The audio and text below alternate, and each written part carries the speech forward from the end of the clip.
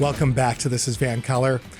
We need to have a conversation about political leadership in this province, because I feel like in this election, we just didn't get any that was across the board good.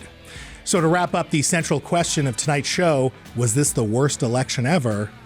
Let's take a moment.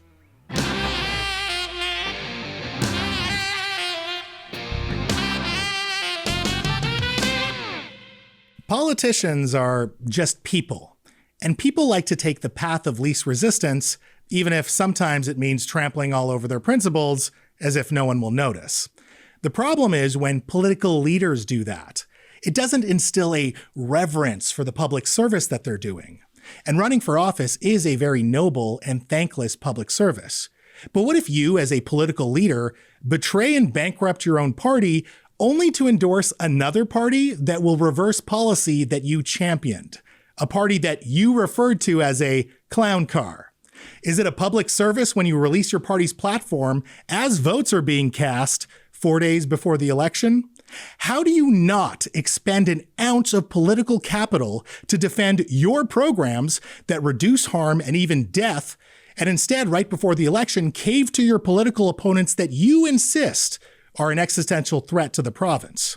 How can you back candidates who have expressed hateful views, not off-color jokes, hate, even when you said that was your line in the sand, while hat in hand asking your neighbors for their vote and their money? All that happened in this election, along with conspiracy theories, minimization of historical atrocities, debate dodging, and that wasn't just one of them, by the way.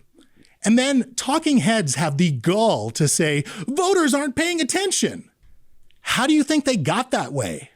Crisis upon crisis upon crisis, and no inspired vision for hope. This isn't meant to detract you from voting.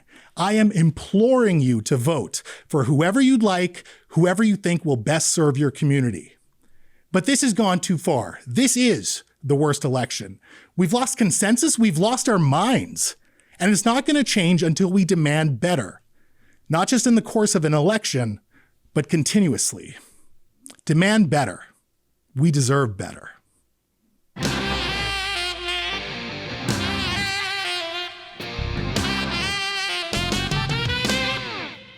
Folks, thank you so much for watching, and thank you to Jen St. Dennis of the Tyee and Lance from the Surfs. If you haven't voted yet, please do so this Saturday from 8 a.m. to 8 p.m. For more information, go to elections.bc.ca, where you can find out where to vote. I voted last weekend. It was super easy. Also, big shout out to everyone in BC media for their hard work this past month covering the campaign, and not just the outlets that I'm on, CHEK News, obviously, CBC Vancouver, and the Tyee. It's just been a crazy month, and everyone in media has supported each other in trying to make sense of this wild campaign that may in fact be the worst that we've ever seen.